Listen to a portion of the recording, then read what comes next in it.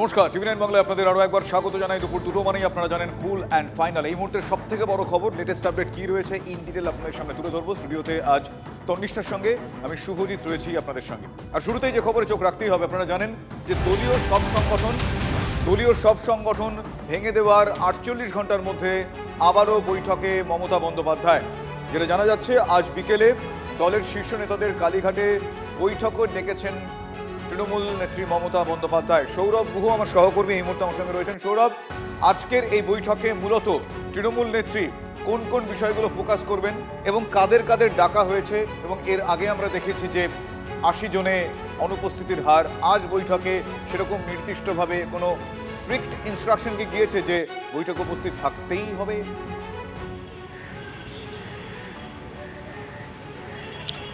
প্রথমেই বলি শুভজিৎ, যে আজকের বৈঠকটির সঙ্গে কোনোভাবে কোনো তৃণমূল কংগ্রেসের পরিষদীয় দল বা নব্য তৃণমূল ব্লক এর কোনো সম্পর্ক নেই। কারণ বৈঠকটি নির্দিষ্টভাবে বিধায়কদের বৈঠক নয়, বৈঠকটি জাতীয় কর্মসমিতির বৈঠক। তুমি জানো যে দুদিন আগেই কিন্তু সমস্ত কমিটি ভেঙে দিয়েছেন মমতা বন্দ্যোপাধ্যায় তৃণমূল কংগ্রেসের, এবং সেই জায়গা থেকে দাঁড়িয়ে আরও নতুন করে শুরু হচ্ছে তৃণমূল কংগ্রেসের এই কমিটি গঠন প্রক্রিয়া। সেক্ষেত্রে দাঁড়িয়ে জাতীয় কর্মসমিতির সদস্যরা, পুরনো সদস্য যারা আছেন তারা, এবং নতুন সদস্য হিসেবে কারা আসছেন আজ কালীঘাটে, সেদিকে নিশ্চিতভাবে নজর রয়েছে সবার। পাশাপাশি যেহেতু এই নব্য তৃণমূল ব্লক এবং তৃণমূল পরিষদীয় দলের মধ্যে চলা দ্বন্দ্বটা চলছে, এবং সেই জায়গা থেকে দাঁড়িয়ে আজকে কোনো নতুন বিধায়ক আসেন কিনা। গতকালই আমরা খবর করেছিলাম যে অনেকেই নব্য ব্লকের অনেক সদস্যই মনে করছেন যে কালীঘাট নেতৃত্বের কাছেই ফিরে যাওয়াটা রাজনৈতিকভাবে শ্রেয়। তেমন কোনো বিধায়ক কি আজ আসবেন? বিকেল 5টার সময় মিটিং রাখা হয়েছে, তা আজকের নির্ধারিত সূচির বাইরেও কি কেউ কালীঘাটে আসছেন সেদিকে নিশ্চিতভাবে নজর। এবং আগামী 8 তারিখে জোট ইন্ডিয়ার বৈঠকে যোগ দিতে যাচ্ছেন মমতা বন্দ্যোপাধ্যায়, অভিষেক বন্দ্যোপাধ্যায়, ডেরেক ওব্রায়েনরা। তার আগে জাতীয় কর্মসমিতির বৈঠক, এবং এই মুহূর্তে জাতীয় রাজনীতিতে অন্যান্য শরিকদের সঙ্গে নিয়ে বিজেপি বিরোধী লড়াই, এই লড়াই মমতা বন্দ্যোপাধ্যায়কে কোনো অক্সিজেন দেয় কিনা সেটা নিশ্চিতভাবেই দেখার। তবে আপাতত সেই প্রস্তুতিটাই কিন্তু বুঝতে পেরেছি। অর্থাৎ বিধায়কদের মধ্যে একটা যে ভঙ্গুর দশা দেখতে পাওয়া গিয়েছে, আগামী দিনে সাংসদদের মধ্যেও যেন সেই আবহ না তৈরি হয়, তার আগাম একটা প্রস্তুতি পর্ব সেরে নেওয়ার জন্য অত্যন্ত গুরুত্বপূর্ণ আজকের এই বৈঠক। ধন্যবাদ সৌরভ।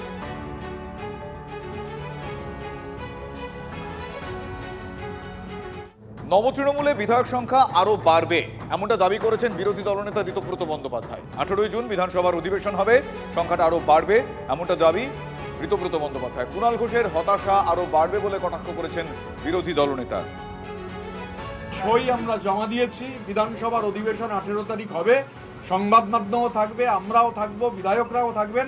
আমি বলেছি সংখ্যাটা বাড়তে থাকবে। 18 তারিখ আসুক, কাম জুন 18 আপনারাও দেখতে পাবেন, আমরাও দেখতে পাবো সংখ্যাটা কোথায় গিয়ে দাঁড়ায়। আর তার আগে কত জল কত দিকে গড়াবে।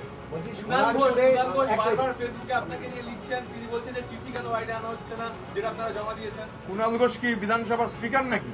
স্পিকারকে দেয়া কোনো চিঠি মানে বাইরে আনা যায় না। It's a privilege, breach of privilege. ওনার ব্যক্তিগত ব্যাপার, ফ্রাস্ট্রেশনের, আমরা এটা পরে বলবো ডিটেলে যে ওনার ফ্রাস্ট্রেশনের কারণ কি, বিধানসভা নির্বাচনের ফলাফল বেরোবার পর থেকে ওনার ফ্রাস্ট্রেশন কেন বাড়ছে, হয়তো আগামী দিনে আরও বাড়বে। সোম, মঙ্গলবার, বুধবার হয়তো ফ্রাস্ট্রেশন আরও বেশি হবে। ঠিক আছে, ওয়েলকাম।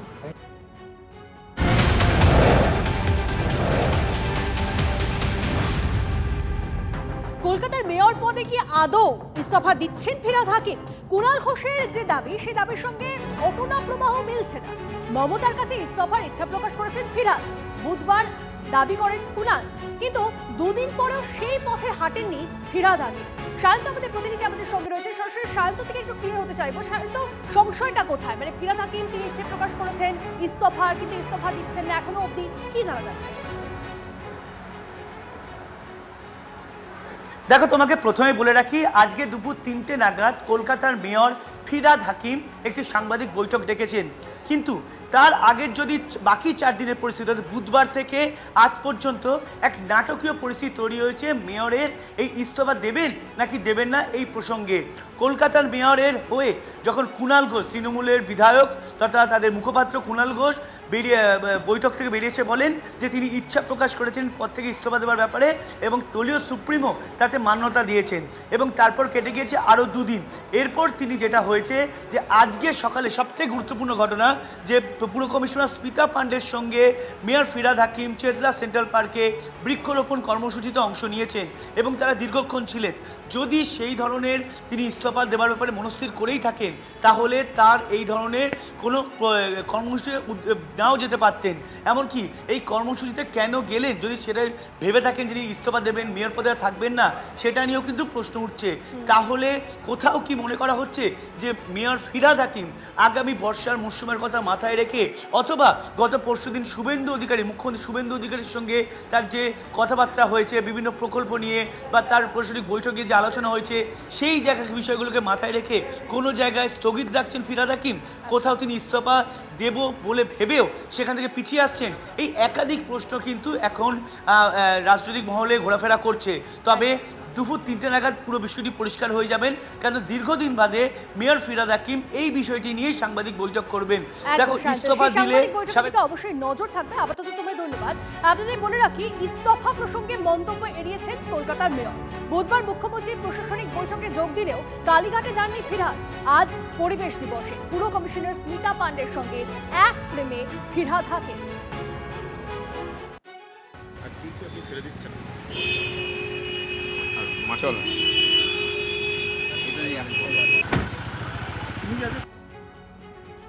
বুধবার কালীঘাটে মমতা বন্দ্যোপাধ্যায়ের বৈঠকের পর কি দাবি করেছিলেন কুণাল ঘোষ, শুনে নেওয়া যাক।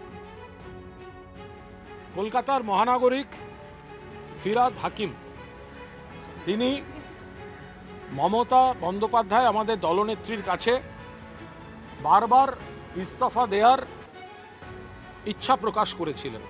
বলেন যে এত ডিফাঙ্ক্ট হয়ে আছে, কাজ করা যাচ্ছে না, এবং আজকের নবান্নের যে প্রশাসনিক সভা সেখানেও যে আলোচনা হয়েছে তাতে বলা হচ্ছে কলকাতা পুরসভা ডিফাঙ্ক্ট। ফিরহাদ হাকিম তিনি চাইছেন একটি সসম্মানে ইস্তফা এর প্রেক্ষিতে তাকে মেয়র পদ থেকে ইস্তফা দেওয়ার অনুমতি দিয়েছেন মমতা বন্দ্যোপাধ্যায়।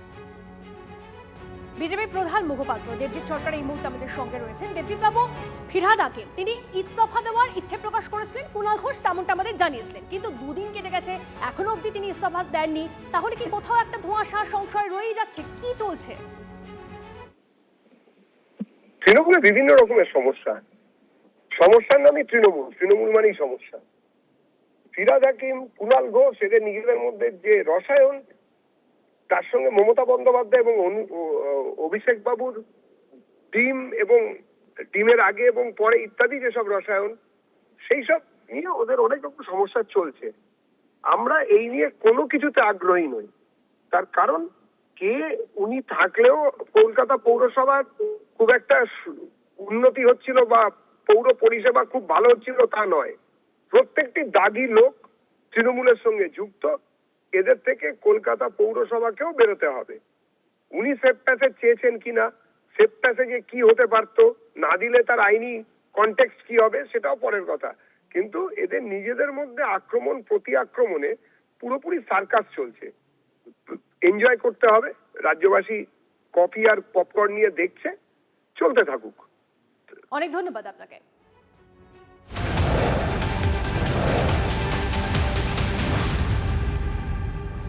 পুরসভায় আপনারা এক প্রশ্ন দেখলেন। পুরসভার পর এবার জেলা পরিষদও তৃণমূলের হাতছাড়া। পূর্ব মেদিনীপুরে জেলা পরিষদের সভাধিপতি তিনি ইস্তফা দিয়েছেন। পদ ছাড়লেন জেলা পরিষদের সভাধিপতি, যার নাম উত্তম বারিক। জনাদেশ মেনেই ইস্তফা, দাবি পদত্যাগী সভাধিপতির। আমার সহকর্মী কনিষ্ক মাইতি এই মুহূর্তে আমার সঙ্গে রয়েছেন। কনিষ্ক, আমি জানতে চাইবো যে এই যে তিনি বলছেন যে জনাদেশ মেনেই ইস্তফা, এমনটা দাবি করছেন পদত্যাগী সভাধিপতি, এক্স্যাক্টলি কি বলতে চাইছেন তিনি? তার এই পদত্যাগের কারণ হিসেবে তিনি কোন কোন বিষয়গুলো উল্লেখ করেছেন?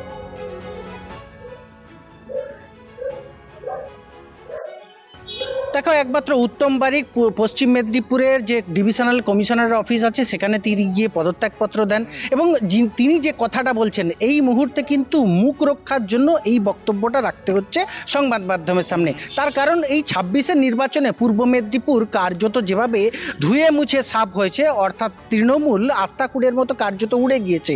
এই যে গেরুয়া ঝড় যেভাবে বইছে 16-0 হয়েছে, যেখানে বিরোধী দলনেতা তৎকালীন থাকাকালীন শুভেন্দু অধিকারী বারবার দাবি করেছিলেন যে পূর্ব মেদিনীপুর তার নিজের গড়, সেখানে কিন্তু 16-0 করবেন।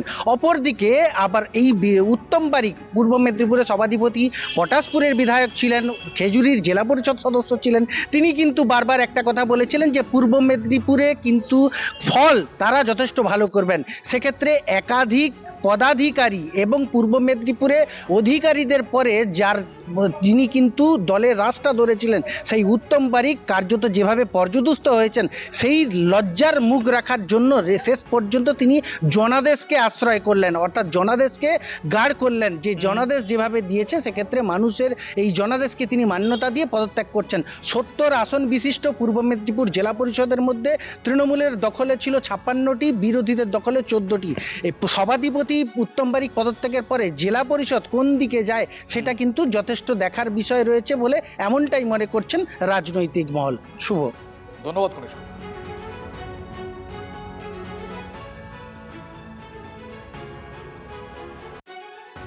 হয়তো আপনি আপাতত দৃষ্টিতে মনে করছেন বিধানসভার রায়, লোকসভার রায়, পঞ্চায়েতের রায়, এটা নিশ্চিতভাবে ভিন্ন ধরনের। তার মানে যাই হোক না কেন, আমি ধরুন যে জেলা পরিষদ জোন থেকে যে নির্বাচিত হয়েছি সেই জেলা পরিষদ জোনেও তো ভারতীয় জনতা পার্টি পর্যাপ্ত পরিমাণে সারপ্লাস পেয়েছে। তার মানে স্বাভাবিক কারণেই তো মানুষ মুখ ফিরিয়ে নিয়েছে। কাজ করতে পারবেন না না, সেরকম কোনো চিন্তা ভাবনা বা সেরকম কোনো প্রতিবন্ধকতা এখনো পর্যন্ত কোথাও তৈরি হয়নি। দুর্নীতি করে থাকলে সরে গেলে তো হবে না, তার কাছে সরকারি নথি রয়েছে, তার বিরুদ্ধে নিশ্চিতভাবে আইনি ব্যবস্থা হবে।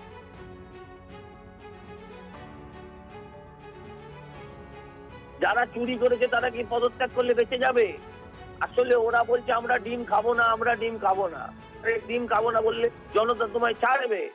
আজকে পদত্যাগ করলে কি তুমি বাঁচবে? কেউ কেউ পদত্যাগের বদলে দেহত্যাগও করে দিয়েছে বাঁচার জন্য। খাওয়ার সময় মনে ছিল না। এদের কোনো মুক্তি নেই, এদের কোনো মুক্তি নেই। কেউ ত্যাগ করুক, যা খুশি করুক, কিছু যায় আসে না। এই মুহূর্তে দেখছেন তৃণমূলের হাতছাড়া চন্দননগর পুরসভা, বিধাননগর পুরসভা এবং পূর্ব মেদিনীপুর জেলা পরিষদ। এই পরিস্থিতিতে এক প্রকার কোন কোন পুরসভা এবং জেলা পরিষদ হাতছাড়া এক ঝলকে দেখে নিলে পরপর চন্দননগর, বিধাননগর এই দুটো পুরসভা এবং পূর্ব মেদিনীপুর জেলা পরিষদ।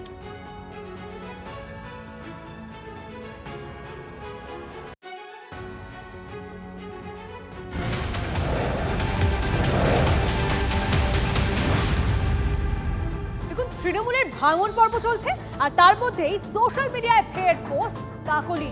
আপনি কি মনে করেন স্বৈরাচারের বিরুদ্ধে যিনি লড়াই করেছেন তিনি কি নিজের স্বার্থের কথা ভাবেন? এটা আসলে নীতির বিরুদ্ধে এবং শাসন ব্যবস্থার ব্যর্থতার বিরুদ্ধে দেওয়া একটি রায়। বারাসাতের বর্ষিয়ান সাংসদের পোস্টে তুঙ্গে জল্পনা। টিএমসির লোকেরা কি বলছে সেটা ছেড়ে দিন, ভুলে যান আপনারা। টিএমসি নাই, বিজেপি আছে, সরকার আছে, আগামী দিনে কি হবে সেটা ভাবুন। উনি যে কথা বলছেন, এত সিনিয়র মানুষ আগেও বলতে পারতেন, আগেও কথা তুলতে পারতেন, কিন্তু আজকে যদি তৃণমূল জিতে যেত তাহলে কি উনি বলতেন? এখন বলবেন হ্যাঁ বলতাম। কিন্তু ঘটনাচক্রে তৃণমূল জেতেনি, ভারতীয় জনতা পার্টি জিতেছে। প্রত্যেকে এই পার্টিতে যারা ছিল নিজের স্বার্থ বুঝে 40 বছর একজনের সঙ্গে থেকে তার বিবেক বুদ্ধি সব কিছু তাদের শির দ্বারা বিক্রি করে তারা আজকে সেই পার্টির বদনাম করছে। আমার মনে হয় আরেকটু সময় নিতে পারতেন, এত তাড়াতাড়ি করাটা বোধহয় উচিত হয়নি। এতদিন যার সঙ্গে ছিলেন তাকে এইটুকু সম্মান দেওয়া উচিত ছিল।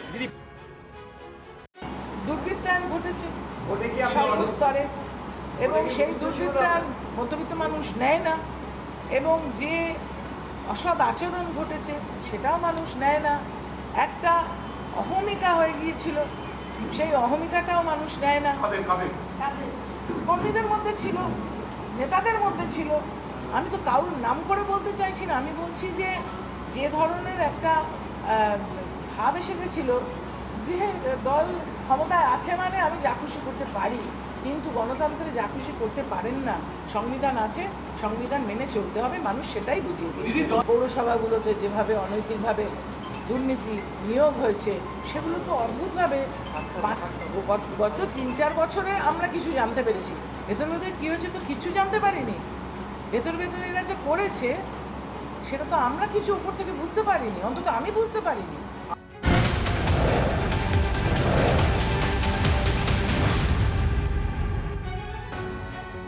তৃণমূলের কোনো সাংসদ বিধায়ককে কেউ ফোন করেনি। ফোন আসছে তৃণমূলের তরফে।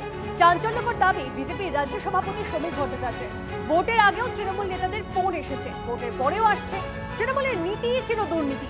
সময় তৃণমূলকে ক্ষমা করেনি, মানুষ প্রমাণ করে দিয়েছে রাজনীতিতে উদ্ধত্তের কোনো জায়গা নেই। মন্তব্য সমীরের। কেউ কোনো তৃণমূল বিধায়ককে ফোন করেনি, কেউ কোনো তৃণমূল সাংসদকে ফোন করেনি।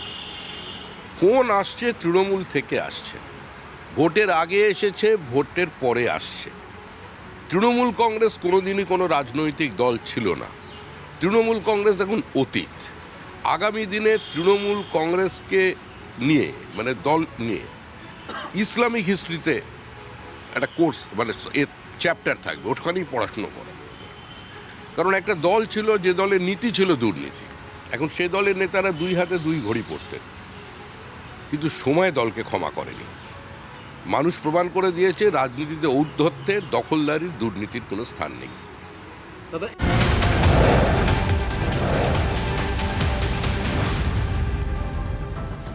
মন্ত্রীদের দপ্তর বন্টন নিয়ে আলোচনা। আবারও দিল্লি গেলেন মুখ্যমন্ত্রী শুভেন্দু অধিকারী। কেন্দ্রীয় নেতৃত্বের সঙ্গে দিল্লিতে আজ আলোচনায় সমীক ভট্টাচার্য। সূত্রের খবর, দপ্তর বন্টনে চূড়ান্ত সিদ্ধান্ত নিচ্ছেন অমিত শাহ। দপ্তর বন্টনের সবচেয়ে বেশি আলোচনায় শিল্প এবং পূর্ত দপ্তর। আমার সহকর্মী জ্যোতির্ময় কর্মকার এই মুহূর্তে আমার সঙ্গে রয়েছেন। জ্যোতির্ময়, আজকে এই দপ্তর বন্টনের যে বৈঠক বা এই যে সিদ্ধান্ত, কোন কোন ক্ষেত্রে এখনো পর্যন্ত বেশি ফোকাস, মানে বেশি আলোচনায় কোন কোন ক্ষেত্র, কোন কোন দপ্তর গুরুত্ব পাচ্ছে, সূত্র মারফত এখনো পর্যন্ত কি কি খবর আসছে?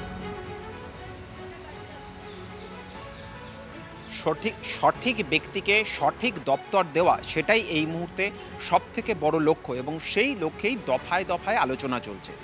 যে বিষয়টার দিকে আমাদের নজর থাকছে তা হচ্ছে, গতকাল থেকে সমীক ভট্টাচার্য তিনি দিল্লিতে এসে বসে আছেন।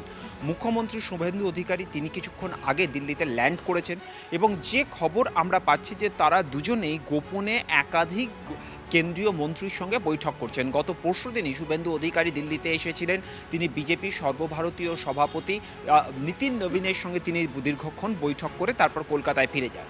সূত্র মারফত যে খবর আমাদের কাছে আসছে যে শিল্প এবং পূর্ত এই দুটি দপ্তরের দায়িত্ব কে পাবেন সেই বিষয় নিয়েই মূলত আলোচনা চলছে। দলের অভ্যন্তরে যাতে কোনো রকম ক্ষোভ বিক্ষোভ না থাকে, এবং আজকে সেই কথাও আজকে সমীক ভট্টাচার্যও বলে দিয়েছেন যে কোথাও কোনো ক্ষোভ বিক্ষোভের জায়গা নেই, কারণ কেন্দ্রীয় নেতৃত্ব, শীর্ষ নেতৃত্ব এবং স্বয়ং অমিত শাহ তিনি এই ধরনের সিদ্ধান্তগুলো, চূড়ান্ত সিদ্ধান্ত তিনি নিয়ে থাকেন। আজ অমিত শাহ তিনি একটি কর্মসূচিতে যোগ দিতে তিনি ত্রিপুরা গিয়েছেন, কিন্তু প্রতি মুহূর্তে এই আলোচনায় তার নির্দেশ, তার প্রতি মুহূর্তের পরামর্শ দিল্লিতে এসে পৌঁছচ্ছে। সুনীল বানসাল তিনি অমিত শাহের কাছ থেকে ফিডব্যাক নিয়ে তিনি মিটিং করছেন, এবং যে খবর আমরা পাচ্ছি যে আজ কিছুক্ষণ পরে সমীক ভট্টাচার্য এবং সুনীল বানসালের মধ্যেও মিটিং হতে পারে, এবং শুভেন্দু অধিকারী তিনিও এসে কয়েকজন কেন্দ্রীয় মন্ত্রী এবং নেতাদের সঙ্গে তিনি দেখা করতে পারেন। কিন্তু কাদের সঙ্গে দেখা করা হচ্ছে, কোন স্তর থেকে এই মন্ত্রিসভার নাম চূড়ান্ত হচ্ছে, তা বিজেপি স্ট্র্যাটেজিক কারণে সম্পূর্ণ গোপন রাখছে। ধন্যবাদ। ধন্যবাদ।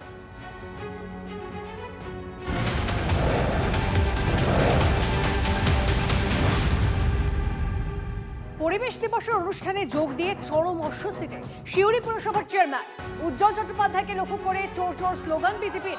প্রতিবাদ বিজেপিরই আরেক অংশে।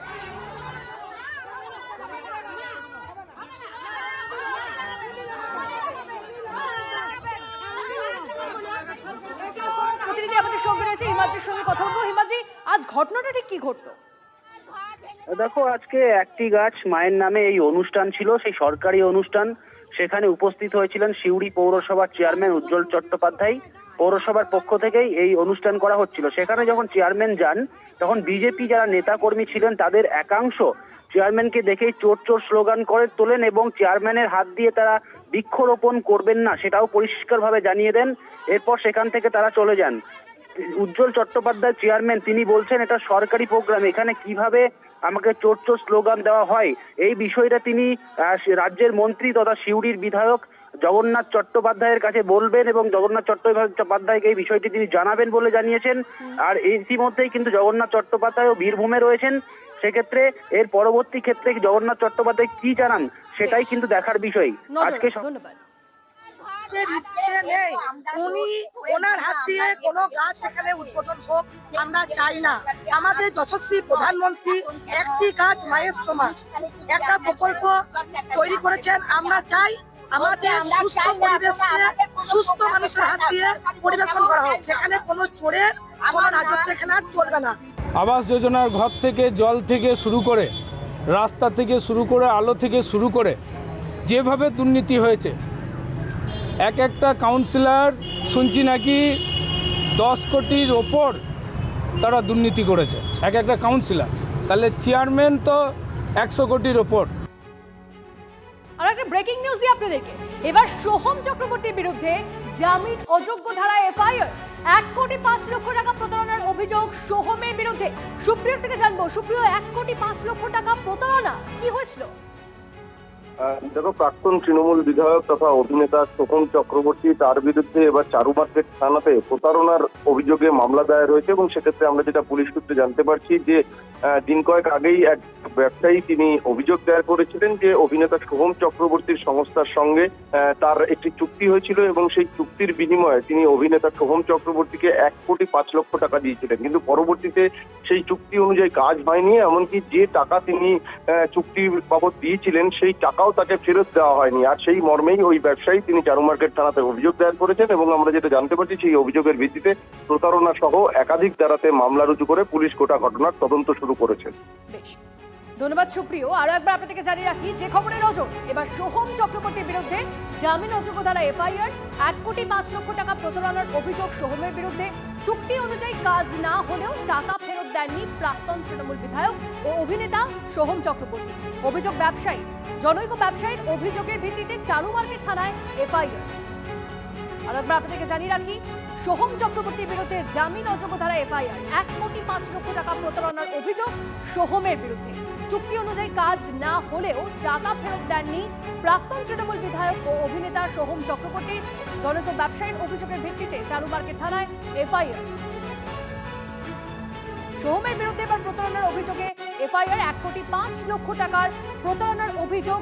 ব্যবসায়ীর চুক্তি অনুযায়ী কাজ হয়নি এবং তিনি টাকাও ফেরত দেয়নি, এই অভিযোগেই এফআইআর সোহম চক্রবর্তীর বিরুদ্ধে।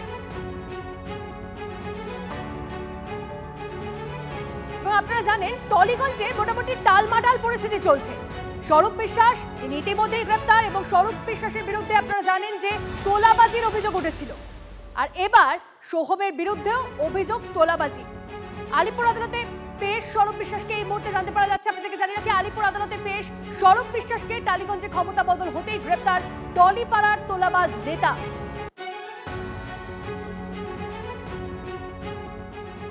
বাড়ি ভেঙেছে, টলিউডকে শেষ করেছে, বিছানার সঙ্গে সম্পর্ক, টাকার সঙ্গে সম্পর্ক, এখন মুখ লুকিয়ে লুকিয়ে আছে। এদের ডিম মারা না, এদের কাদা ছুঁড়ে মারার নয়তো পচা কলা। আজকে যে পরিমাণ অত্যাচার করেছে দিনের পর দিন এরা, আজকে মানুষের মধ্যে জনরোষে, এখন কোনো পার্টির রং না, জনরোষে কেলানি। যখন কাউন্টিংয়ে বসেছিলাম 2024 সালে, কাউন্টিংয়ে থ্রেডিংয়ে নাক ঘষে এখান থেকে বের করব, ক্ষমতা গাছি। আরও যখন বলছে যে কোনো স্লোগান চলবে না, এদের অরূপ বিশ্বাস দুই ভাই জগাই মাধাই বলছে কেন এখানে যা বলবো আমরা রাজ করছি হবে, জয় শ্রীরাম জয় বজরংবলীর কোনো পুজো হবে না। এখন মাথা নিচু করে আছে কেন? এত অত্যাচার করেছে আমাদের পুরো পশ্চিমবঙ্গবাসীর উপরে।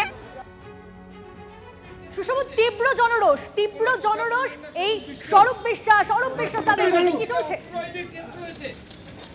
কোনো কথা বললেন না স্বরূপ বিশ্বাস।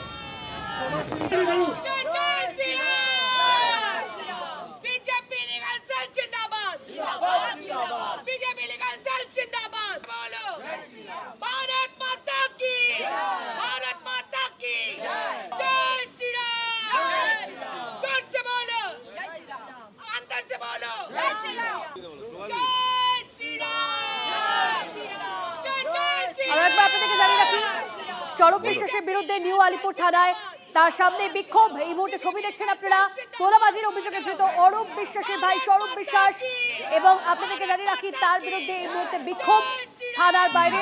আমাদের প্রতিনিধি আমাদের সঙ্গে রয়েছে, তার সঙ্গে কথা বলবো আমরা। সুশোভন আমাদের সঙ্গে রয়েছে, সুশোভনের থেকে জানবো। সুশোভন, এই মুহূর্তে বিক্ষোভ, জনরোষ সামনে আসছে, সুশোভন শোনা যাচ্ছে? দেখো, এখনো পর্যন্ত যারা আইনজীবীরা তারা কিন্তু মূলত সেই বিক্ষোভ দেখাচ্ছে এবং তারা বলছেন যে কেন এরকম ঘটনা ঘটবে সেই বিষয়কে সামনে রেখে ইতিমধ্যেই তারা বিক্ষোভ দেখাচ্ছেন। তুমি জানো যে আলিপুর আদালতের যে কোর্ট লকআপ, সেই কোর্ট লকআপের মধ্যেই রয়েছেন স্বরূপ বিশ্বাস, আর বাইরে মূলত বেশ কিছু আইনজীবী তারা সেগুলো বিক্ষোভ রাখছেন এবং বলছেন যে শুধুমাত্র এই ঘটনা না, আরো অনেক ঘটনা রয়েছে এবং সেই সব ঘটনাকে সামনে রেখে তারা বলছেন যে আগামী দিনে অভিযোগ যেমন দায়ের হবে, ঠিক একইভাবে যে ঘটনা, যে পালাবদলের আগে যে স্বরূপ বিশ্বাসকে তারা দেখে এসেছেন বা যা যা তিনি ঘটনা ঘটিয়েছেন, সেই সব কিছুকে সামনে রেখে তারা বিক্ষোভ প্রদর্শন করছেন। বেশ, ধন্যবাদ সুশোভন। এবার তুমুল জনরোষের মুখে হারোয়ার তৃণমূল কংগ্রেস বিধায়ক আব্দুল মাতিনকে ঘিরে এবার চোর চোর স্লোগান তুললেন জনতা। পুলিশের সাহায্যে গাড়ি ঘুরিয়ে পালালেন বিধায়ক। গোপালপুর 1 নম্বর পঞ্চায়েতের সরকারি অনুষ্ঠানে যোগ দিতে যাওয়ার মুখে বিক্ষোভের মুখে পড়েন তৃণমূল বিধায়ক। দেখুন সেই ছবি।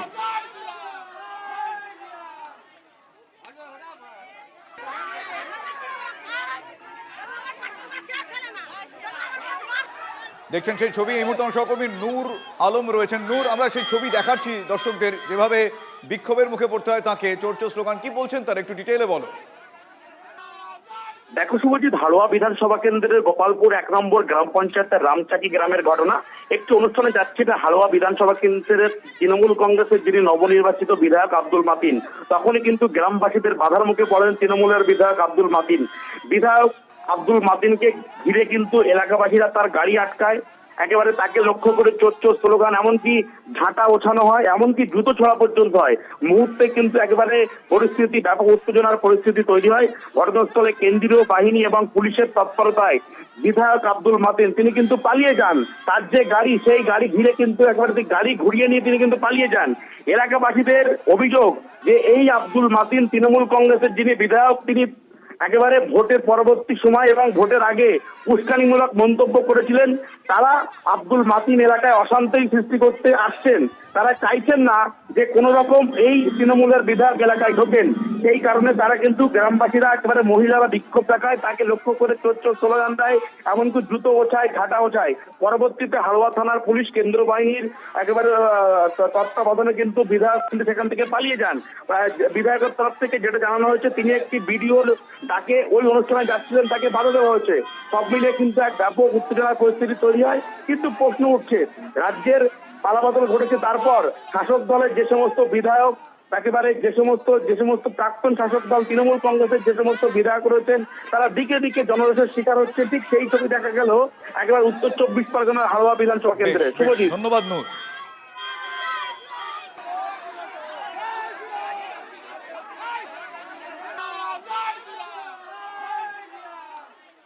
উনি বলেছেন মেয়েদের বিয়ে করে সংসার চালাবো, হ্যাঁ, পরস্পর বিয়ে, কিডনি বিক্রি করে সংসার চালাবো। উনি দাঙ্গাবাজি, উনি সন্ত্রাসবাজি, আমরা ওনাকে চাই না। আমরা এখন যেহেতু আছি, ভালোই আছি, আমরা শান্তি শৃঙ্খলা চাই, আমরা ওরকম দাঙ্গাবাজিকে চাই না। উনি অশান্তি করছে বলেই তো ওনাকে বার করা হয়েছে। উনি খুব খারাপ মানুষ, যে গ্রামে গেছে অশান্তি হয়েছে, কিন্তু আমরা সেটা চাই না। আপনারা কি চাইছেন? আমরা শান্তি চাই, আমরা ওকে চাই না। ও 3-4টে বিয়ে করে সেই সব কিডনি পাচার করে, তার জন্য আমরা ও চাই না। আমাদের গ্রামে যেন না হয়, আর ধর্ষণ কোনগারই ও যেন আমাদের গ্রামে না আসে। জনতা জনার্দন, জনরোষের মুখে পড়ে হারোয়ার তৃণমূল বিধায়ককে কেমন গাড়ি ঘুরে পালাতে হলো দেখলেন। আরো একটা ছবি দেখায়, বাগনানের তৃণমূল বিধায়কের ছবিতে ঝাঁটা পেটা মহিলাদের, দুর্নীতি, তোলাবাজি, এলাকায় সন্ত্রাস ছড়ানোর অভিযোগ। তৃণমূল বিধায়ক অরুণাভ সেনের বাড়ির সামনে বিক্ষোভ। স্থানীয়দের দাবি 10 বছর ধরে অত্যাচার করেছেন এই তৃণমূল বিধায়ক।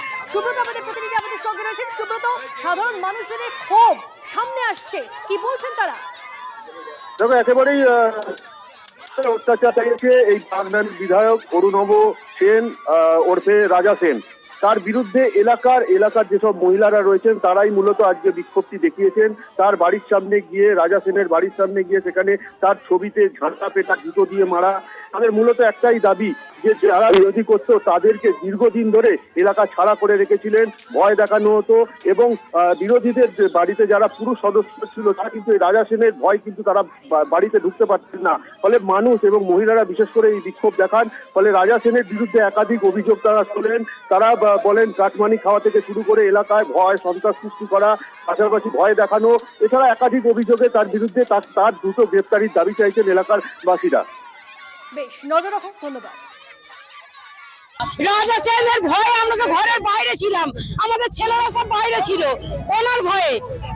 এমনকি দুদিন ভোটের আগে পর্যন্ত ওনার মেয়ে দিয়ে আমাদেরকে ধরে মারবে পর্যন্ত বলেছে, খুন করবে বলেছে আমাদের দিকে। কেন রাজা সেন এগুলো কেন করিয়েছে আমাদের দিকে? তাই আমরা চাই রাজা সেনের সাজা, ওর আমরা গ্রেফতার চাই।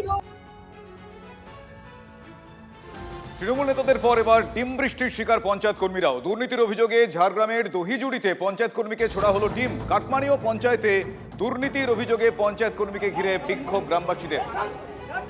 তন্ময় আমার সহকর্মী এই মুহূর্তে রয়েছেন। তন্ময়, কি ঘটেছে ঘটনাটা?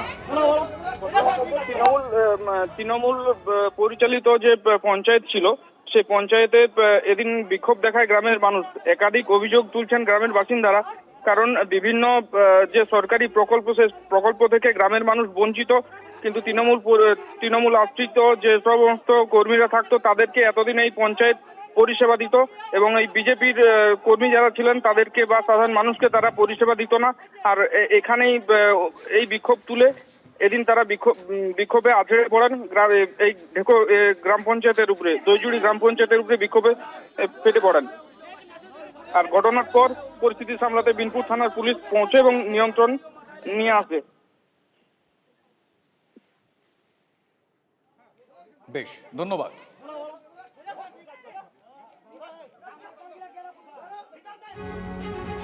এই মুহূর্তে পরপর আপনাদের ছবিগুলো দেখাবো। কাটমানি এবং দুর্নীতির অভিযোগে ঝাড়গ্রামের ছবিটা দেখছেন, হাওড়ার ছবি দেখাচ্ছি। তৃণমূল বিধায়কদের ঘিরে জনরোষ, সাধারণ মানুষের জনরোষের শিকার। এই মুহূর্তে পরিস্থিতি আপনাদের দেখাচ্ছি। বাগনানের ছবিটা আপনাদের দেখাচ্ছি এই মুহূর্তে, পরপর দুটো ছবি আপনাদের দেখাচ্ছি। এক মাসের ওপর হয়ে গেল, জনরোষ কমছেই না। এই মুহূর্তে বিজেপির প্রধান মুখপাত্র দেবজিৎ সরকার, দেবজিৎ বাবু, এক মাস হয়ে গেল সরকার বদল হয়ে গিয়েছে, কিন্তু পূর্বতন সরকারের, প্রাক্তন সরকারের প্রতি যে রোষ, সেই রোষের বহিঃপ্রকাশ আমরা দিকে দিকে দেখতে পাচ্ছি। এত চুরি করেছে, এত জোর চুরি করেছে, মানুষকে এত কষ্ট দিয়েছে, প্রচুর মানুষ মারা গেছেন, বাবার সামনে মেয়ে, স্বামীর সামনে স্ত্রী, ছেলের সামনে মা, ভাইয়ের সামনে বোন ধর্ষিতা হয়েছে, লুট প্যারেড হয়েছে। তারপরেও জনরোষ আছড়ে পড়বে না? তাও তো এই সরকার আছে বলে, চলতি রাজ্য সরকার আছে বলে সবকিছু চলছে, তা নাহলে তো সব বন্ধই হয়ে যেত। বেশ, এদের উপরে মানুষ আরো রেগে যেত এবং এদেরকে আরো খারাপ অবস্থায় পড়তে হতো। সেখান থেকে এরা বেঁচে আছে শুধু একটা রাজ্য সরকার আছে বলে। ধন্যবাদ আপনার প্রতিক্রিয়ার জন্য। সেই ছবি আমরা দেখাচ্ছি এই মুহূর্তে, জনরোষের ছবি আপনারা দেখছেন। একদিকে বাগনান, একদিকে হারোয়া, একদিকে হাওড়া। আপনারা দেখুন, ব্যাক টু ব্যাক দুটো আলাদা আলাদা ছবি। কি বিপুল জনরোষ, দিনের পর দিন তারা কিভাবে প্রতারিত হয়েছে, বঞ্চনার শিকার হয়েছেন, দেখুন সেই ছবি।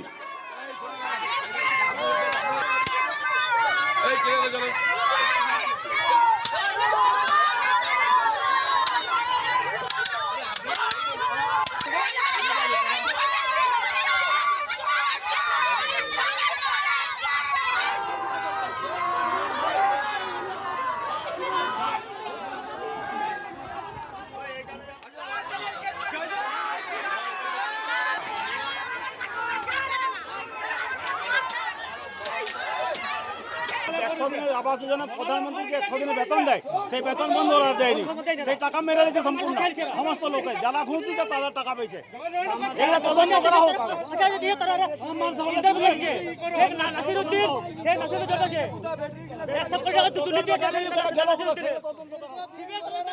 হ্যাঁ, আমরা বঞ্চিত। আমাদেরকে অফিসে গেলে গজ্জয় করেন, না আজকে পঞ্চায়েতে কেন মানুষ বিক্ষোভ দেখাচ্ছে? কেন দেখাবে না? সামাল সালের হিসাব নাই, ঘরের হিসাব নাই, কোনো জিনিসের হিসাব নাই। আপনারা শুনলেন, তারা নিজেরাই বলছেন দিনের পর দিন তারা বঞ্চনার শিকার, ভয়ে গেছে, তাদের ভরসায় তারা মুখ খুলছেন, এতদিন মুখও খুলতে পারেন। এই মুহূর্তে সিপিআইএম নেতা সুজন চক্রবর্তী আমাদের সঙ্গে টেলিফোন লাইনে রয়েছেন। সুজনবাবু, প্রায় এক মাস হয়ে গিয়েছে এই নতুন সরকার এসেছে, কিন্তু পূর্ববর্তী সরকারের প্রতি যে রোষ কোনো দিকেই থামানো যাচ্ছে না। আপনার কি অবজারভেশন, আপনি কি বলবেন? সরকারের প্রতি রোষ না বলে আপনি বললে ভালো হয় যে সর্বগ্রাসী চেহারায় তৃণমূল নিজেকে নিয়ে গেছিল এবং সেই কারণে একেবারে ওপর থেকে নিচ পর্যন্ত সর্বত্র শুধু এমএলএ এমপিরা গন্ডগোল করেছে আর টাকা খেয়েছে আর লুট করেছে আর নানাবিধ কাণ্ড করেছে তাই না।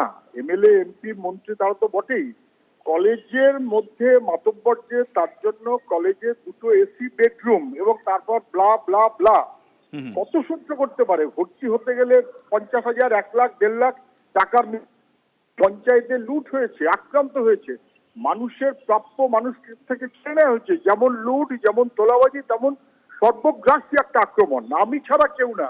এবং পুলিশ তাকে প্রশ্রয় দিয়েছে, তখন দলের নেতা হিসেবে মাথার উপর উঠে নেচেছে। এবং তারও পরে নির্বাচনের ঠিক আগেও যেভাবে দলের সর্বোচ্চ নেতা হিসেবে অভিষেক বন্দ্যোপাধ্যায় যে ভাষণ দিয়েছে, এটা কমপ্লিট আর উস্কানি। মানুষ তো বুঝতে পারছে যে অভিষেক বাবুরা যদি ক্ষমতা পেত তাহলে মানুষকে এলাকা ছাড়া হতে হতো। ফলে সেই রিয়াকশন, তার বহিঃপ্রকাশ, যদিও এই বহিঃপ্রকাশটা নিশ্চিতভাবেই মানুষের থাকবে। প্রশাসনকে দায়িত্ব নিতে হবে, আইনসম্মতভাবে এদেরকে জেলে পাঠাতে হবে, বিচারের মধ্যে নিয়ে যেতে হবে। ওই একদিন রাস্তায় গিয়ে বিক্ষোভ দেখালে তো লাভ হবে না, সেই কাজগুলো কিন্তু হচ্ছে না, সেই কাজগুলো হোক, এটাই উচিত। ধন্যবাদ সুজনবাবু। আরো একটা খবর দিই আপনাদের, প্রাক্তন তৃণমূল বিধায়কের কার্যালয়ে বিছানা, বালিশ, ড্রয়ারে ভর্তি কন্ডম, পাণ্ডবেশ্বরের নরেন্দ্রনাথ চক্রবর্তীর কার্যালয়ে এইসব কেন? তৃণমূল নেতার কার্যালয়ে মজুদ সরকারি ত্রাণ সামগ্রী, প্রাক্তন তৃণমূল বিধায়কের দুর্নীতি, এলাকায় উত্তেজনা। আপনাদেরকে টিভির বাংলা এক্সক্লুসিভলি আমরা ছবিটা দেখাচ্ছি। ছবিটা দেখুন, একজনের কার্যালয়, সেই কার্যালয়ে বিছানা, বালিশ। কথা বলবো জয়ন্তের সঙ্গে। জয়ন্ত, এই কি ছবি? এলাকার যারা বাসিন্দা তাদের অভিযোগ ছিল যে ত্রাণ সামগ্রী নরেন্দ্রনাথ চক্রবর্তী বিধায়ক ছিল পাণ্ডবেশ্বরের জেলা তৃণমূলের সভাপতি, তিনি তার গোডাউনে বন্ধ করে রেখেছেন। যারা স্থানীয় বাসিন্দা, যারা ওই বিধানসভার বাসিন্দা, তারা যখন তার কাছে জিনিসপত্র যখন দায়িত্ব থাকে তাদের ছুটিয়ে দেওয়া হয়েছে বলে অভিযোগ। এই রাজ্যে যখন পরিবর্তন হচ্ছে, পরিবর্তন পরে আজকে স্থানীয় বাসিন্দারা ওই কার্যালয় তালা খুলে কার্যালয় ভেতরে ঢোকেন এবং দেখতে পান এখানে প্রচুর সামগ্রী রয়েছে। বেশ, ধন্যবাদ জয়ন্ত। আরো একবার আপনাদেরকে জানিয়ে রাখি, এই মুহূর্তে যে জনরোষ দেখছেন নরেন্দ্রনাথ চক্রবর্তী তার কার্যালয়, তৃণমূলের অফিস, আর সেই অফিসে দেখুন ছবিটা প্রাক্তন মন্ত্রী গিয়াসউদ্দিন মোল্লার বাড়ির সামনে। আমরা সেই খবরে আসবো, তবে এই মুহূর্তে যে ছবিতে আমরা নজর রেখেছি, যে খবর আপনাদেরকে দেখাচ্ছি, আপনাদেরকে জানিয়ে রাখি প্রাক্তন তৃণমূল বিধায়কের কার্যালয় বিছানা, বালিশ এবং পাণ্ডবেশ্বরের নরেন্দ্রনাথ চক্রবর্তীর এই কার্যালয়ে এই ছবি কেন, সেই নিয়ে সাধারণ মানুষজন প্রশ্ন তুলছে। সরকারি ত্রাণ চুরি করেছে এতদিন ধরে এবং সেগুলোকে পার্টি অফিসে জমা করে রেখেছে এবং নিজেদের বস্তু বলে বিভিন্ন জায়গায় এরা ডিস্ট্রিবিউট করতো। ওখান থেকে বিভিন্ন পয়সাও নিত নাকি, সেটাও আমাদের জানা নেই। হতে পারে ওখান থেকে কিছু ইনকাম আসতো। বিভিন্ন ত্রাণের সামগ্রী তো আছেই, এর সঙ্গে কিছু নিষিদ্ধ বস্তুও পাওয়া গেছে, যেমন কন্ডম পাওয়া গেছে, আমরা খবর পেয়েছি যে এরকম কন্ডম পাওয়া যাচ্ছে। এছাড়া ওই বাগান বাড়িতে এখানে কি ঘটনা ঘটতো সেই বিষয়টাও হচ্ছে তদন্ত সাপেক্ষ আছে। এবং আগামী দিনে সাধারণ মানুষের স্বপ্ন কি চুরি করেছে এই তল্লাশিগুলোতে পাওয়া যাবে। যে পশ্চিমবঙ্গের মানুষ যেগুলো বলেছিল, এনাদের দুর্নীতির কথা বলেছিল, সেগুলো সব সত্যি। এই মুহূর্তে জিতেন তিওয়ারি আমাদের সঙ্গে রয়েছেন। জিতেন বাবু, প্রাক্তন তৃণমূল বিধায়ক, তার কার্যালয়ের বিছানা, বালিশ, ড্রয়ারে কন্ডম, এই সমস্ত কিছু পাওয়া গেছে কেন, এই নিয়ে এখন প্রশ্ন তুলছেন সাধারণ মানুষজন। দেখুন, আমি তো বলবো যে এটা তো তৃণমূল কংগ্রেসের নিজের স্ট্যান্ড ক্লিয়ার করা উচিত যে তার এই যে অপকর্ম, তৃণমূল কংগ্রেস কি তার দায়িত্ব নেবে কিনা। যদি Trinamool Congress as a political party এর দায়িত্ব না নেয় তাহলে নরেনকে বহিষ্কার করা উচিত। আর যদি বহিষ্কার না করে তাহলে ধরে নিতে হবে যে শুধু এটা নরেন না, ওর পিছনে as a political party Trinamool কংগ্রেসের সমর্থন আছে। এবার আগামী দিনে আমরা বুঝতে পারবো যে এটা পলিটিক্যাল পার্টি হিসাবে তৃণমূল কংগ্রেস ওকে দিয়ে এইসব কাজ করিয়েছে, না ওই নিজের উদ্যোগে করেছে, সবটাই জন্য আমাদেরকে নজর রাখতে হবে, একটু দেখতে হবে। বেশ, অনেক ধন্যবাদ আপনাকে। কথা বলছিলাম বিজেপি বিধায়ক জিতেন্দ্র তিওয়ারির সঙ্গে। আরো একবার আপনাদেরকে জানিয়ে রাখি যে খবরে এই মুহূর্তে নজর, প্রাক্তন তৃণমূল বিধায়ক তার কার্যালয়ের বিছানা বালিশ, পাণ্ডবেশ্বরের নরেন্দ্রনাথ চক্রবর্তীর কার্যালয়ে এই সমস্ত জিনিসপত্র কেন তা নিয়ে প্রশ্ন তুলছেন সাধারণ মানুষজন। আপনারা জনরোষ দেখছেন তার কার্যালয়কে কেন্দ্র করে। তৃণমূল নেতার কার্যালয়ে মজুদ সরকারি ত্রাণ সামগ্রী, এবার সরকারি ত্রাণ সামগ্রী একজন প্রাক্তন বিধায়ক তার কার্যালয়ে কি করছিল? প্রাক্তন তৃণমূলের বিধায়কের দুর্নীতি, এলাকায় উত্তেজনা।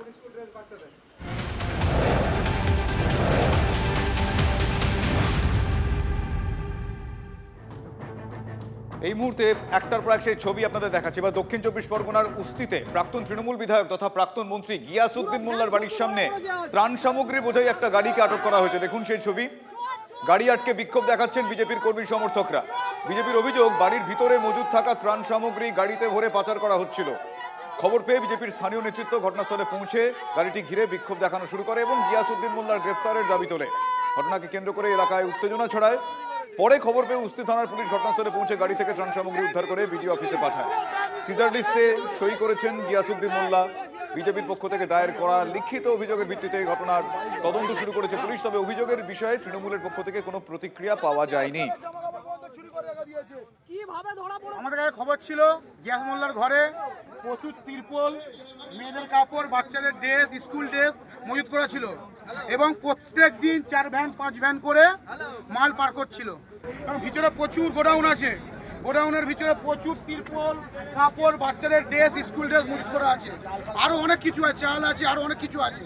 দাবি অবিলম্বে ওকে অ্যারেস্ট করতে হবে, অবিলম্বে ওকে অ্যারেস্ট করতে হবে। আর এই অবৈধ বিল্ডিংটা সিজ করতে হবে। এর মধ্যে অনেক অবৈধ কাজ হয়, এর মধ্যে অনেক অবৈধ কাজ বাংলাদেশিরা পর্যন্ত এখানে এসে থাকে। কালকের রাতে আপনার বাড়িতে মজুত করা ত্রাণ সামগ্রী গাড়ি ভর্তি হয়ে পাচার হচ্ছিল, এমন অভিযোগে তো আপনার বাড়ির সামনে বিক্ষোভ দেখায় বিজেপি, কি বলবেন? না, বলার কিছু নেই ভাই। তৃণমূল কাউন্সিলরকে চোর আখ্যা দিয়ে পাড়ায় পোস্টার। সোনারপুর রাজপুরের কাউন্সিলর সোনালী রায়ের বিরুদ্ধে তোলাবাজির অভিযোগ। তোলাবাজিতে অভিযুক্ত তৃণমূল কাউন্সিলরের স্বামীও। সোনারপুরের তৃণমূল কাউন্সিলরের বাড়ির সামনে জনরোষ। কাউন্সিলরের মাকে মারধরের অভিযোগে আটক 3।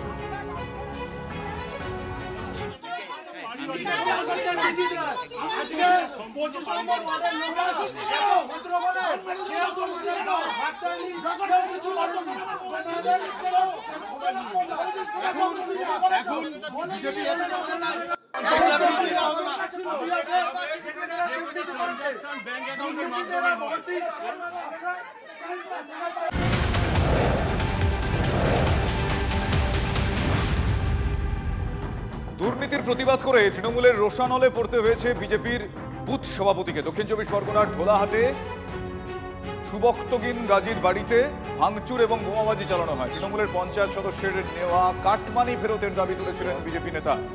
রাস্তার কাজে দুর্নীতির প্রতিবাদ করার পরই হামলার অভিযোগ তৃণমূলের বিরুদ্ধে। বিজেপি নেতার বাড়ির সামনে থেকে উদ্ধার হয়েছে তাজা বোমা।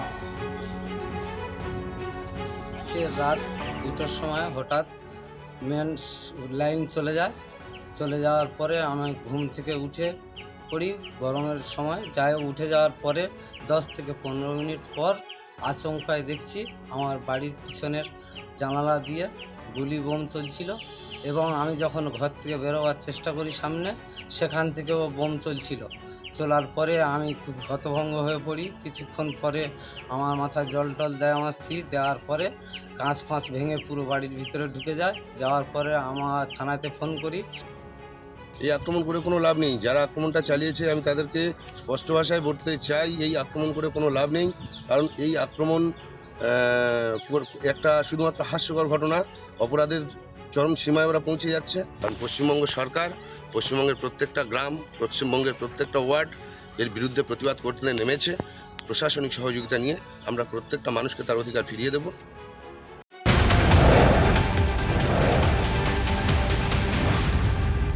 এবার বসরামপুরে জ্যোতিপ্রিয় ঘনিষ্ঠ সাহা ব্রাদার্সের আরও কীর্তি সামনে এসছে। নিজেদের কমিউনিটি সেন্টারেরই ধমক চমক চালাতেন দুই ভাই। আগে একাধিক অভিযোগে গ্রেপ্তার অজিত সাহা ও সুজিত সাহা। পাটক্ষেত থেকে অস্ত্র, বাড়ি থেকে প্রায় 500 কার্তুজ উদ্ধার হয়েছে। অজিত সাহার যোগমায়া নামের একটি বিয়ে বাড়ির হলও আছে। অভিযোগ, সেখানে অস্ত্র দেখিয়ে ভয় দেখাতো দুই ভাই। 2008 সালে মসলন্দপুর পঞ্চায়েত সমিতি দখল করে অজিত। ধীরে ধীরে বাড়তে থাকে প্রতিপত্তি। স্থানীয় সূত্রে খবর, রাত্রি 10টার পরেই ওই কমিউনিটি সেন্টার খোলা থাকতো। স্থানীয়রা দু ভাইয়ের থেকে সুদে টাকা ধার নিত। টাকা আদায় অস্ত্র দিয়ে ভয় দেখাতো অজিত ও সুজিত সাহা। অজিত সাহা, সুজিত সাহা দুই ভাই, তাদের কীর্তির খবর শুধু মসলন্দপুরে নয়, এখন রাজ্যের একটা বহুল চর্চিত বিষয় হয়ে দাঁড়িয়েছে। এই যে যোগমায়া, এই বিয়েবাড়ির প্রেক্ষাগৃহ বানানো হয়েছে, এই বিয়েবাড়ির অনুষ্ঠান একসঙ্গে 250 মানুষ বসে খেতে পারেন, এত বড় বৃহৎ একটা যোগমায়া বানানো হয়েছে। এখানে অনুষ্ঠান উপলক্ষে ভাড়া দেওয়া হতো। তার পাশাপাশি যে ঘটনাগুলো ঘটতো, যখন অনুষ্ঠান থাকতো না, রাত্রি 10টার পর যোগমায়াতে অজিত শাহ, সুজিত শাহ আসতেন এবং বিভিন্ন জায়গা থেকে লোকজন আসতেন। বিশেষত স্থানীয় মানুষ যেটা বলছেন যে এলাকার যে সমস্ত জমি সমস্যা সেইগুলো নিয়ে ডিসকাস হতো এই অফিসে। এই যে যোগমায়া অফিস, অজিত শাহ গ্রেপ্তার হওয়ার পর থেকে এটা এখন বন্ধ রেখেছেন। এই জ্যোতিপ্রিয় মল্লিকের সঙ্গে অত্যন্ত ঘনিষ্ঠ সম্পর্ক অজিত শাহার। আর তারপরই এই এলাকাতে মসলন্দপুর, এই এলাকাতে তৃণমূল কংগ্রেসের পঞ্চায়েত সমিতি দখল করা, এই এলাকাতে তৃণমূল কংগ্রেসের জয় জয়কার হতে শুরু করে 2008-এর পঞ্চায়েতের নির্বাচনে। তারপর থেকেই এই যোগমায়া বৃহৎ আকারে বাড়তে শুরু করে। রাজনৈতিক মহলে এটা চর্চার বিষয় হয়ে দাঁড়িয়েছে। এই যোগমায়াতে যে রাত্রি 10টার পরে সভাগুলো বসতো, যে আলোচনাগুলো হতো, সেগুলো আসলে মানুষকে ভয় দেখানোর জন্য বিভিন্ন জমি সমস্যা ডেকে নিয়ে এসে এখানে ভয় দেখানো এবং একই সঙ্গে সমস্যার সমাধান করে নিজের আয়ত্তে জমি করে নেওয়া প্রচেষ্টা চালাতেন এই অজিত শাহ, সুজিত শাহ। TV9 বাংলার জন্য সুকান্ত মণ্ডলের সঙ্গে দীপঙ্কর দাসের রিপোর্ট, উত্তর 24 পরগনা। রাত্রিবেলা ওই ধরুন 10টা 11টা দোকান বন্ধ হয়ে যায় এখানে সব। হ্যাঁ, তারপরে নানা রকম লোক আসতো। এখানকার স্থানীয় লোকের দোকান সব বন্ধ থাকতো। এই যারা কর্মচারী কাজ ফাজ করে ওরাও চলে যেত, খেয়ে দিয়ে 9:30 10টার সময় আসতো। তারপরে এখানে কি হতো না হতো, হ্যাঁ খোঁজা হতো, মানে এই অফিস টফিস সব খোলা হতো, লোকজন আসতো। তখন ওই 9টা 10টার পরে আমরা তখন থাকতাম না, জানতামও না। অফিস করা থাকে যোগমায়ার, যে আপনার বুকিংগুলো হয় সেগুলো করে। তারপরে ওনার জমি জমার ব্যবসা আছে, সেগুলো কাস্টমার আসে, সেগুলো ডিলিংস হয়। জমি জমার কিসের ব্যবসা আছে? রিয়েল এস্টেটের ব্যবসা, বিজনেস যেটা বলে সেইটা। এটা উঠেছেন কখনো? হ্যাঁ, উঠেছি। যখন মানে একবারে 400-500 লোক খেতে পারে। একবারে 500 লোক বসে খেতে পারবে? দুটো ব্যাচ হয়, 250 করে ব্যাচ একবারে চলতে পারে।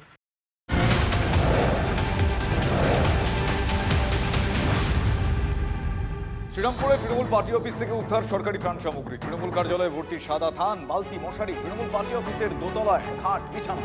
দেখুন সেই ছবি। তৃণমূল জমানায় একের পর এক কীর্তি সামনে আসছে।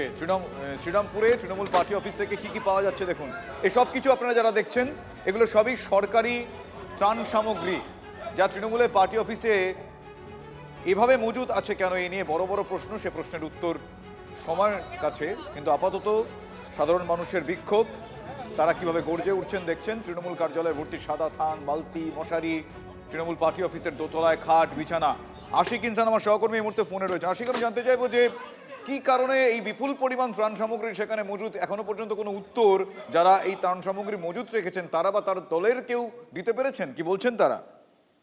দেখো, তোমাকে জানিয়ে রাখবো যে শ্রীরামপুরের রাজ্যধরপুর গ্রাম পঞ্চায়েতের সিমলা কালীতলায় এই পার্টি অফিস রয়েছে এবং যার এই পার্টি অফিস অর্থাৎ মোহন মণ্ডল, তিনি ওই পঞ্চায়েতের প্রাক্তন প্রধান।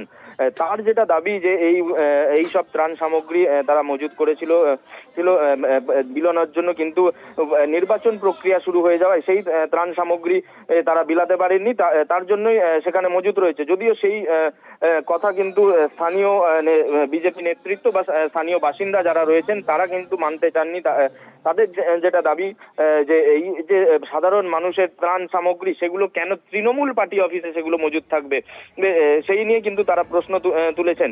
এবং যেমনটা তোমাকে জানাবো যে শুধুমাত্রই বালতি বা ইয়ে নয়, সেখানে কিন্তু খাট বিছানাও রয়েছে সেই পার্টি অফিস, সেই নিয়েও কিন্তু প্রশ্ন উঠছে এবং প্রশ্ন তুলছেন সাধারণ মানুষ। সাধারণ মানুষ যেটা বলছেন যে এর আগে আমরা ভয় পেতাম, ভয়ে কিছু বলতে পারতাম না, সেই কারণে এতদিন ধরে সেগুলো সেখানে মজুদ ছিল, কিন্তু এখন সরকার বদলেছে, ফলে সাধারণ মানুষ মুখ খুলতে পারছেন এবং সেই কারণেই তারা আজকে সেখানে একটি পরিবেশ সচেতনের একটি অনুষ্ঠান ছিল, সেখানে গিয়েই তারা তৃণমূল পার্টি অফিসে এই লাট লাট বালতি তারা দেখতে পান এবং দেখতে পেয়েই তারা কিন্তু সেখানে হাজির হয়ে কেন সেখানে রাখা হয়েছে এই ত্রাণ সামগ্রী সেগুলো জানতে চান। শুভজিৎ, ধন্যবাদ।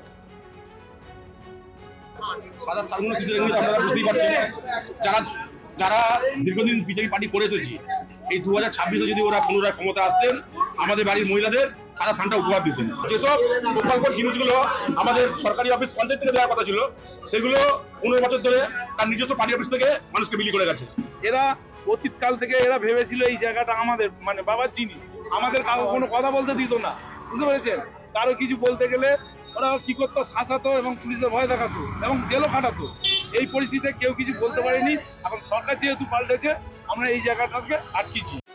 পানাগড় বায়ুসেনা ঘাঁটির দিকে তাক করে ক্লোজ সার্কিট ক্যামেরা, স্পর্শকাতর এলাকায় সিসি ক্যামেরা, গ্রেফতার 2 সন্দেহভাজন। জাতীয় সড়কের ধারে গ্যারাজের সামনে লম্বা পাইপের মাথায় সিসি ক্যামেরা।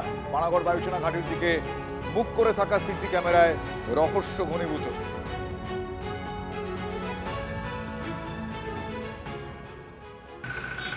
ক্যামেরা লাগানো ছিল ফোর্সের যে বাউন্ডারি আছে তার পাশে, সেটা আমরা অ্যারেস্ট করা হয়েছে, দুজনকে অ্যারেস্ট করেছেন। এটা কোথাকার লোক? এখানকার লোকাল? এর মানে কোনো লিঙ্ক কিছু পাওয়া গেছে কোনো? না, এই পর্যন্ত আমরা কিছু পাইনি। ওটা টেলিভিশনে ওইখান থেকে দেখলাম যে নিয়ে গেল। আচ্ছা, কজনকে? আমরা তো এখান থেকে দাঁড়িয়ে দেখলাম একজনকে ধরে নিয়ে গেল। আমরা এখানে গাড়ি কাজ করছিলাম, এইখানে মানে আমরা সামনে যাইনি। কি কারণে জানতে পেরেছে? না, আমরা কিছু জানি না। ওটা টেলিভিশনে ওইখান থেকে দেখলাম যে নিয়ে গেল। আচ্ছা, কজনকে? নিশ্চয়ই আছে, সেটা দেখছে বায়ুসেনা, দেখছে তাদের ব্যাপার। তবে এখানে কেউ উল্টোপাল্টা কিছু করলে পার পাবে না এই সরকারে, এটা আপনারা প্রথম থেকেই দেখতে পাচ্ছেন। কোনো 2 নম্বরই কোনো কাজ এই সরকার, এই মুখ্যমন্ত্রী করতে দেবে না।